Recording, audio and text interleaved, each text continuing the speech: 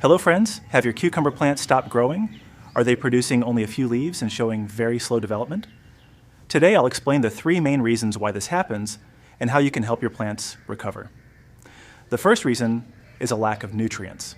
Cucumbers are heavy feeders and need enough nutrition, especially nitrogen, to grow strong and healthy.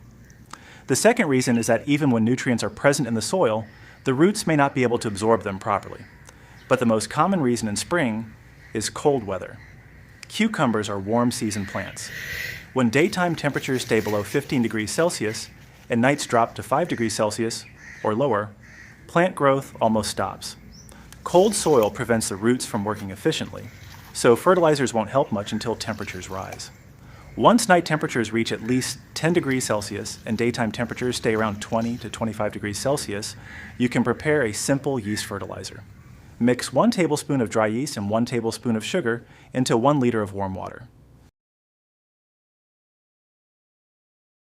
Stir well and let it sit in a warm place for about 2 hours until the yeast becomes active.